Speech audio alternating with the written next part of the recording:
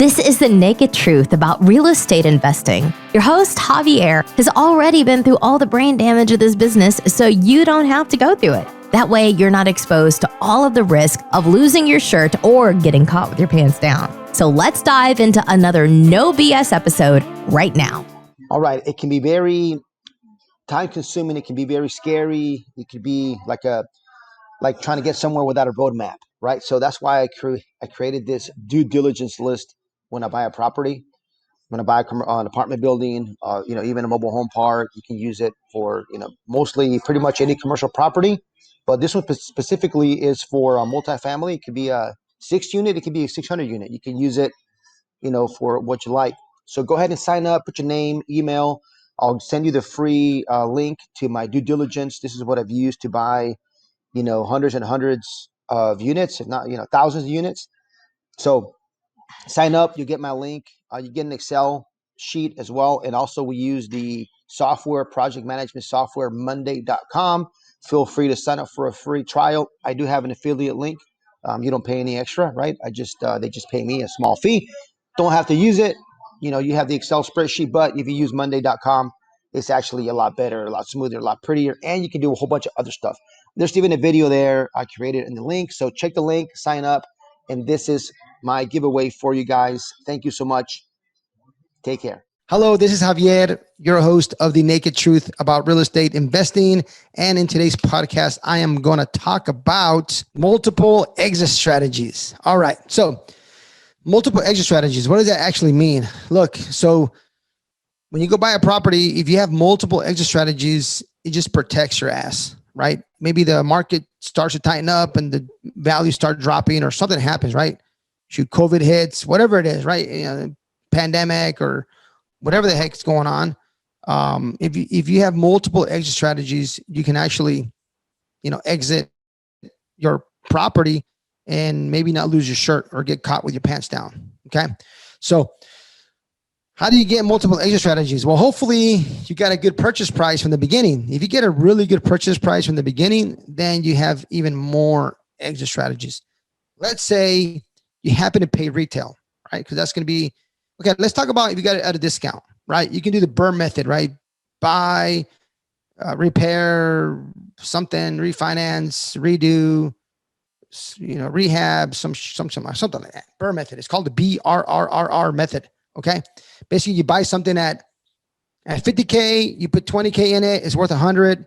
The bank gives you 80, and now you made, 10K in your pocket, right? And you have a free property. That's basically the BRRRR method, right? You buy it, and then you fix it, and then you refinance it, and then you repeat it. Okay. So that's one way. That's actually one of the best strategies, right? You can turn around and you can try to flip it, right? Because you got some equity in there. You can make some money if you flip it. All right. So, but let's just happen to say that you bought at a retail price. You got a mortgage on it. You bought a house for 100K. You got a mortgage on it. You gave 25% down. So you gave $25,000. Okay. You're in it for 25K and you got a 3.25, 3.5. Shoot, say you got a 4% interest rate. Okay. And your payments, I don't know, $800. I'm probably off on that. Okay. And your payment's $800. Now, a couple of extra strategies. You can hold it and for rent for a long time. Say the market rent for that area is $1,100, right? So that means you're going to cash flow $300. You can hold that puppy for 5, 7, 10 years. Mortgage gets paid down. Hopefully you get an increase in rent every year. Sell it, right? Exit strategy. You made money, hopefully you're renting it some money. And when you sold it, it appreciated.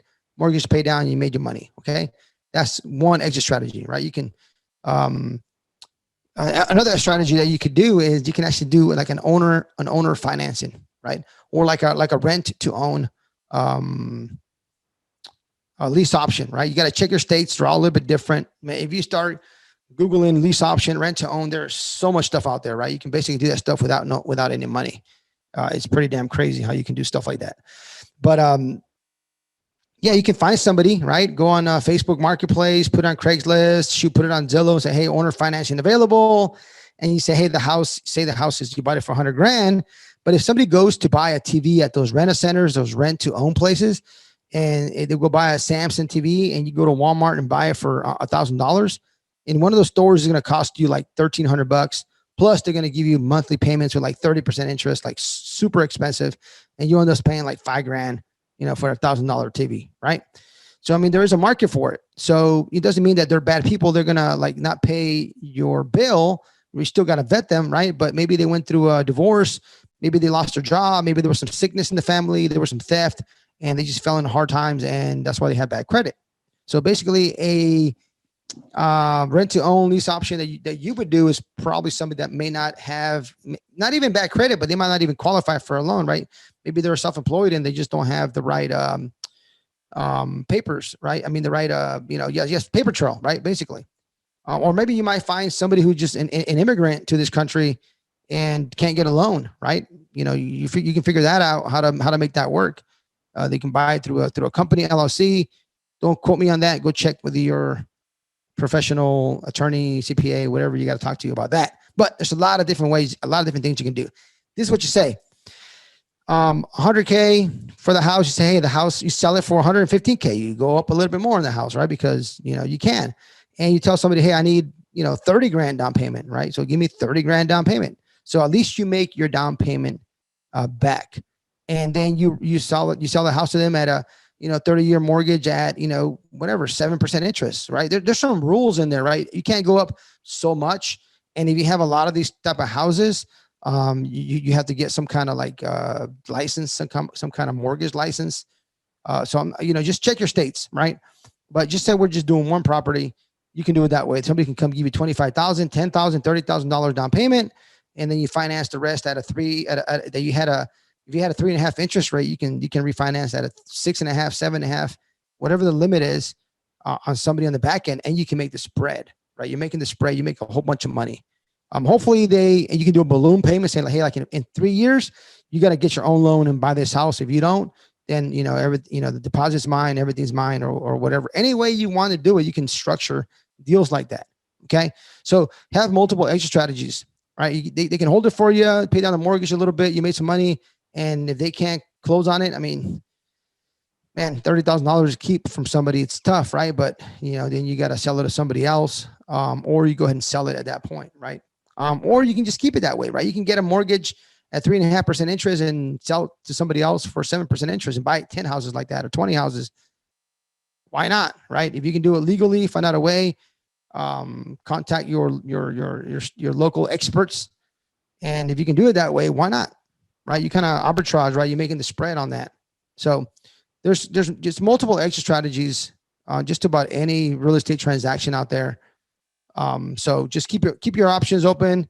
Don't feel scared or afraid, but the best exit strategy is going to be your purchase price. So hopefully you don't buy something at retail, you buy it at a discount. So there you go. I am Javier, your host. Don't lose your shirt or get caught with your pants down.